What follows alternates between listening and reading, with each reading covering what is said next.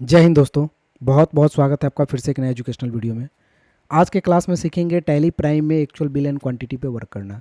अगर आप free stock item पे काम करना चाहते हैं तो ये वीडियो आपके लिए है, आप इसे एंड तक ज़रूर देखें।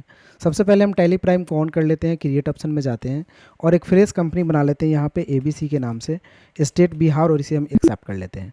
दोस्तों कंट्रोल ए बटन से सेव कर लेते हैं, मेरी कंपनी ऑलरेडी तैयार है। अब हमें यहाँ पे एक्चुअल बिल एंड क्वांटिटी पे वर्क करना है, by one get one free पे काम करना है। अगर आप इस तरह के वर्क करना चाहते हैं तो आपको एक्चुअल बिल एंड क्वांटिटी पे काम करना होगा। तो आपको इस ऑप्शन को यस कैसे करना होगा, सबसे पहले इस ऑप्शन को फीचर से यस करने होंगे। तो यस करने के लिए आप यहाँ पे कंपनी पे चले जाइएगा या फिर कीबोर्ड से F11 प्रेस कीजिएगा या फिर यहाँ पे फीचर्स का ऑप्शन दिखेगा, यहाँ पे क्लिक कीजिएगा तो इस तरह कंपनी फीचर्स में आ जाएंगे। सबसे नीचे लेफ्ट हैंड साइड में आपको एक ऑप्शन दिखेगा, use separate discount column in bias build column in bias, इस ऑप्शन को यस करना है। Use separate actual bill and column in bias, इस ऑप्शन को हम यस कर लेते हैं। यस करने के बाद कंट्रोल ए बटन से हम इसे सेव कर लेते हैं। अब एक्चुअल बिल एंड क्वांटिटी आपके इस टैली प्राइम में एक्टिव हो चुका है। अब आप आसानी से काम कर सकते हैं। अब आपको कुछ लेजर की ज़रूरत पड़ेगी, तो क्रिएट ऑप्शन में जाएंगे, क्रिएट में जाने के बाद लेजर में जाएंगे और लेजर में जाने के बाद एक लेजर आप परचेज के नाम से बना लेंगे, PURCHASE परचेज। परचेज का लेजर अंडर जाता है परचेज अकाउंट में, तो यहाँ से परचेज अकाउंट में डाल करके type not applicable, GST applicable, details no, supply goods और एक्सेप्ट कर लेंगे। एक लेजर आप सेल्स के नाम से बना लेंगे तो सेल्स का लेजर बन जाएगा। सेल्स का लेजर अंडर चला जाता है सेल्स अकाउंट में, तो लिस्ट ऑफ ग्रुप आपको सेल्स अकाउंट में डालना है। उसके बाद type of ledger not applicable डालना है, GST applicable, details no, supply में गुड्स और एक्सेप्ट। दो लेज़र आपको बना लेना है। उसके बाद एस्केप बटन से बैक जाना है। बैक जाने के बाद फिर से एक बार आपको क्रिएट में जाना है और उस आइटम का नाम बनाना है जिसे आपको ट्रांजैक्शन करना है। तो हम चल जाएंगे स्टॉक आइटम में। तो स्टॉक आइटम बनाने से पहले आपको यूनिट की ज़रूरत पड़ती है, तो आइटम हम बनाएंगे इससे पहले हमें यूनिट बनाने की ज़रूरत पड़ेगी। तो हम यूनिट में जाएंगे और पहले यूनिट हम PCS का बना लेते हैं, क्योंकि सामान जो मेरा खरीद बिक्री होगा वो पीस में होगा। तो PIECES यहाँ पे हम पूरा नाम लिखेंगे, यूनिकोड में PCS को सेलेक्ट करेंगे और एक्सेप्ट करेंगे।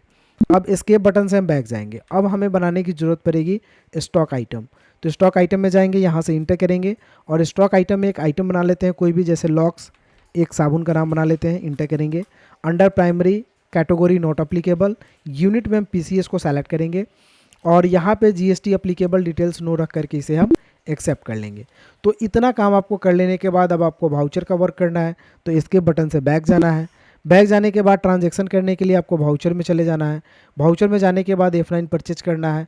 परचेज के बॉक्स अगर ध्यान से देखें तो क्वांटिटी दो कॉलम में डिवाइड यहाँ पे दिखाई देगी आपको, एक तरफ एक्चुअल और एक तरफ बिल्ड।